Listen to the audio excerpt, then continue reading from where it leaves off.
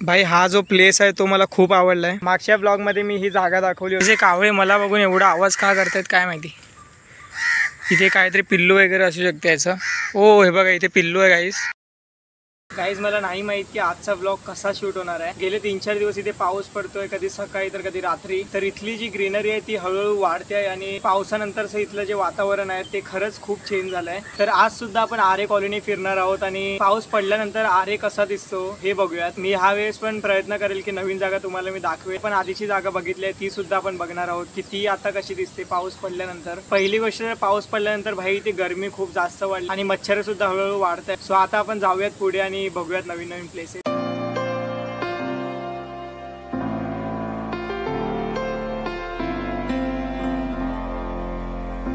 तर मित्रांनो ही आहे 12 फूट टाकी आणि भाई इथून पाणी कंटिन्यू पडत असतं। इथे खूपसे लोक आधी पोहायचे वगैरे, पण आता थोडं कमी झालंय। आता सुद्धा खूपसे लोक पोहतात, जे आदिवासी पाड्यातले वगैरे आहेत ते लोक येतात आणि पोहतात। इथे जे लोक पोहायला वगैरे यायचे त्यातून भाई काही लोकांचा इथे मृत्यू वगैरे झालेला आहे। या टाकीच्या आतमध्ये एक पंखा आहे जो पाणी आत बाहेर करतो, तो त्यामध्ये खूप जण अडकून मेले आहेत आणि खूपसे लहान मुलं वगैरे इथून बुडून त्यांचा मृत्यू झालाय। तो म्हणून इथे काही लोक पोहायला वगैरे येत नाही। चलो भाई आधी इथून निघूया आपण। पावसामुळे पूर्ण पानं जे आहे ते धुवून निघालेत आणि पूर्ण हिरवे झालेत। पाऊस पडल्यानंतर खूपसे झाडं पडले सुद्धा असतील, कारण की ते जोरात हवा वगैरे सुरू असते, तर त्यामुळे पण खूपसे झाडं पडतात। काय तुम्हाला वाटत असेल आरेमधले प्राणी जे आहेत ते गवत वगैरे खातात, पण असं काही नाहीये।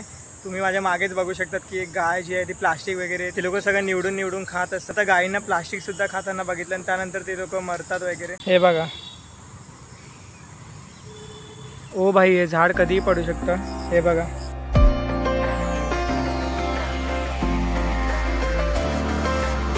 गाईज इथे मुलं फुटबॉल खेळत आहेत। काहीच कोकिळ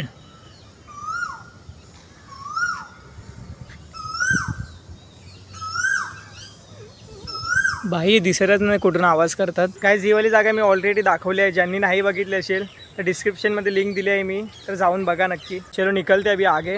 गाइज ह्या तुम्हाला ज्या वेल दिसत आहेत त्या भाई खूप डेंजरस असतात, म्हणजे पूर्ण जे झाड आहे त्यांना हे खाली घेऊन येऊ शकतात। सो हे झाडांसाठी चांगले नसतात, कारण की हे सगळे झाडावरती चढतात आणि त्यांना गुंडावून वगैरे ते वाढू देत नाही झाडांना।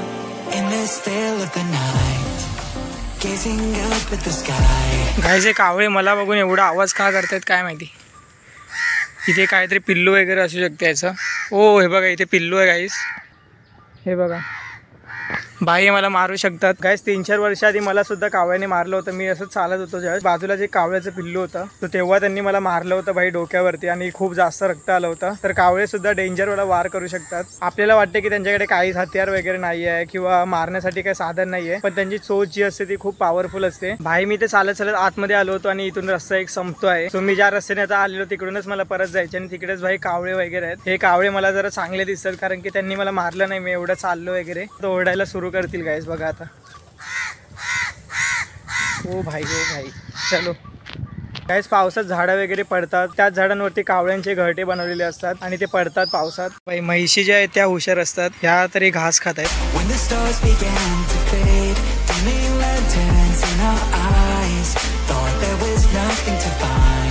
Stop searching for a reason.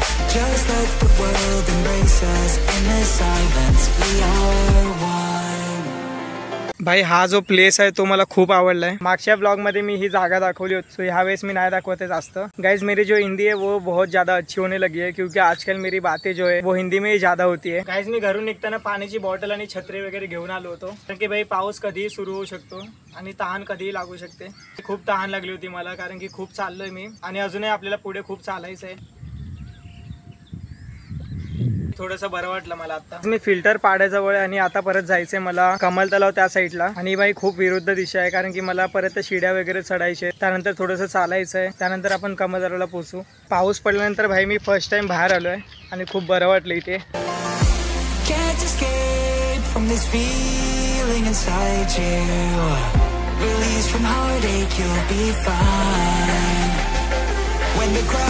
आलो आपण शिड्यांकडे आणि भाई झाडांनी बघा कव्हर केलं सगळं।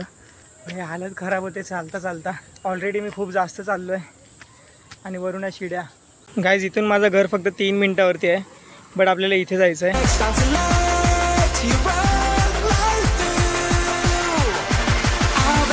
हे आहे कमल तलाव काही दिवसातच इथे आपल्याला पाणी बघायला मिळेल आणि त्यानंतर कमळ सुद्धा. काही चालताना मला कम्फर्ट फील होत नाहीये कारण की स्लीपर घालून आलोय. ही स्लीपर मला मामांनी बोईसरला घेऊन दिली होती म्हणून घातली आणि माझे शूज वगैरे पण फाटलेत आणि एक शूज भिजलाय.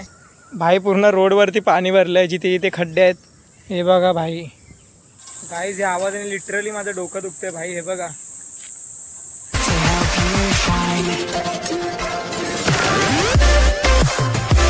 स्लीपर वरती ह्या रोड वरती चालणं भाई खूप मुश्किल आहे. अशा रोडवर कोण चालतं स्लीपर घालून. मला ह्याच्याबद्दलच बोलत होतो भाई. ह्या जे तुम्हाला दिसतात ह्या वेली आहेत ॲक्च्युअलमध्ये भाई, म्हणजे साईज जी आहे ती खरंच जास्त आहे. तर मित्रांनो, आय होप तुम्हाला आजचा ब्लॉग आवडला असेल. सॉरी काही मी जास्त काही ब्लॉगमध्ये दाखवू नाही शकलो कारण की ऑलरेडी आपण सगळे प्लेसेस जे आहेत ते आपण बघितले होते. फक्त पावसानंतर हे प्लेसेस कसे दिसतात आपण हे बघितलं आज. सो आय होप तुम्हाला आजचा ब्लॉग आवडला असेल तर लाईक करा. चॅनलवरती नवीन असेल तर सबस्क्राईब करा. तर भेटूयाच लवकरच नेक्स्ट ब्लॉगमध्ये. Thank you so much for watching. Bye bye, take care.